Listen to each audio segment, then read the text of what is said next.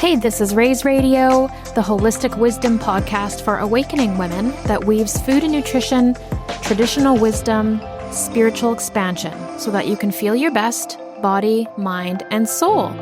I'm your host, Raina Lutz. Let's dig in. Hey, it's Raise Radio, and today I'm going to tell you the story of why I left woke culture. So years ago, I found myself in increasingly lib-leaning circles. It became toxic, and I began to question the morals and values that attracted me to it. I began to see that I was a part of a movement that was encouraging groupthink, outrage, and constant policing. There was fear and constant anger, revamped segregation, and cancellations masked as accountability. I began to see that I was a part of a movement of further segregation that wasn't seeing what kind of agenda they were participating in because they were told it was the right and moral thing. Then there was the normalization of racism towards white people, the disempowerment of Black people masked as social justice, the constant redefining of language, the oppressed versus oppressor mentality, and the pressure to conform, and comply. Exhausting.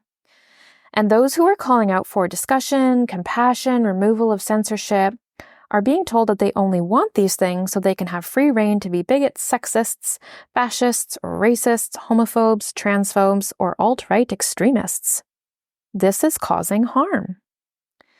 As someone who's dedicated my life and my entire career to helping others, I am for humanity, and I don't need to be part of any groups or wear any labels to make a positive contribution to this planet. So I left woke culture. I'm free. And I remember in 2020 and tuning into the energy of how things were changing so quickly and rapidly, and how language was changing so quickly and rapidly, and how all of this energy of comply was coming into our spaces.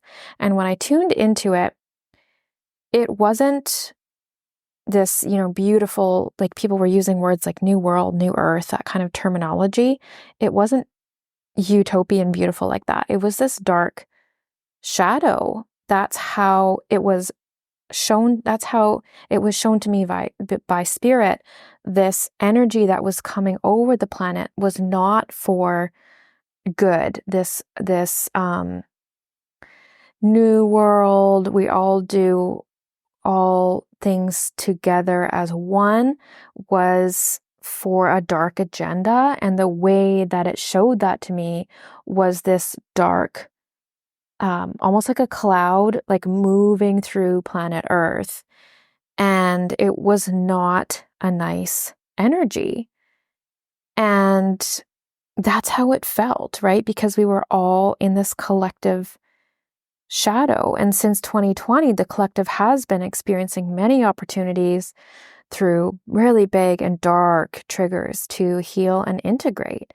And leaving woke culture has been part of my story to sovereignty. It's really easy to get pulled into ideologies that do not serve us or our healing. And because of friends that I had and acquaintances that I had in my circle at that time, I thought that that was the right thing to do. And there was a lot of guilt for not having done that. So it's really easy to get pulled into ideologies that claim morality.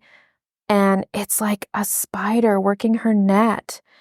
The same way that a spider works her net, waiting for victims, a cult will claim vulnerable victims being sucked in, stuck, chewed up, and spit out. And that's how I felt. I was so vulnerable at that time, and I was working so hard to support my community with wellness and giving away as much as I could in regards to holistic nutrition and natural healing. And then to be told, well, you have to also be doing all these things. I was very vulnerable. And so I went to go do those things, but without being able to sit back and assess what the agenda was there and if that was right for me. So now that I'm out, my life is free of a lot of things. I don't have any more thought police. I have lost friends, but I gained the ability to not have to self-censor anymore. The games with moral superiority are over, right? So people trying to outwoke each other. There's no more weird competition, and there's no more uplifting people the way that you're told you should do it this way. I don't have to play any of those games anymore, and I still get to live my moral, ethical, community giving back, nurturing, loving hippie life without the aggression, the pain, the label, and without the language control. So waking up in many layers from this dream all those years ago, it was hard, and I did. I lost friends, sure. But it made me happier. It freed my nervous system. I could then do deep trauma healing work, deeper than I ever could have accessed if I was still in those spaces, to be sure.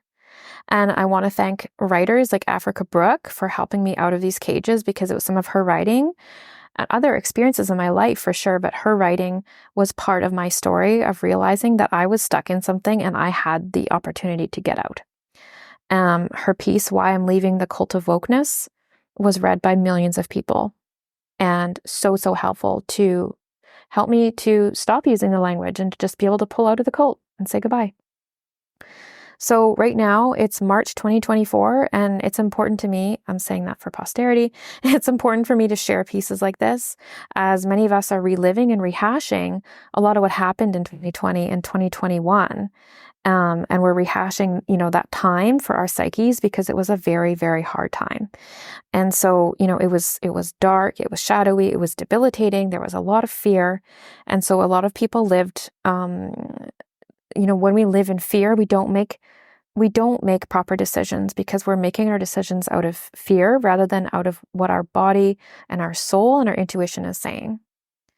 So because that energy of that time was really hard, it's been years now, a lot of us are starting to think about some of the things that happened at that time, and are able to, work through it in a way that we could not have done back then, because we were too traumatized and too scared.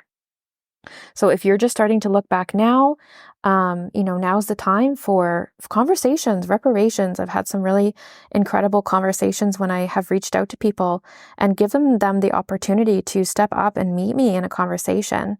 And give people the chance to apologize, to say, yeah, I was in a bad place.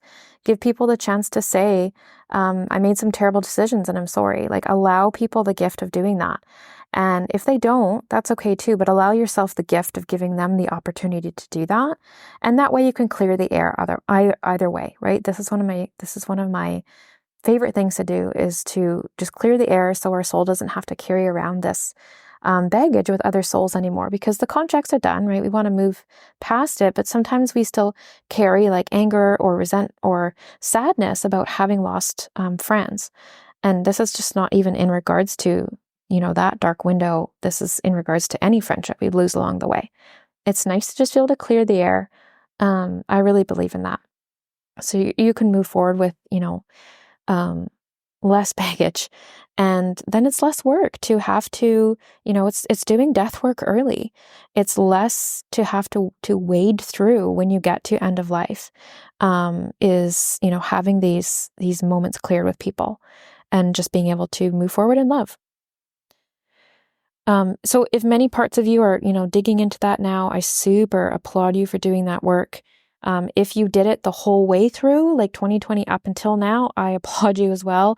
It's been a lot of work, and your experiences, your feelings around all of this are valid. I'm here for you. If you've been harmed by woke spaces, I'm so sorry. And my inbox is open. I'm here for you. Thank you so much for listening. Thanks for listening. You can find me online at www.rainadonlutz.com.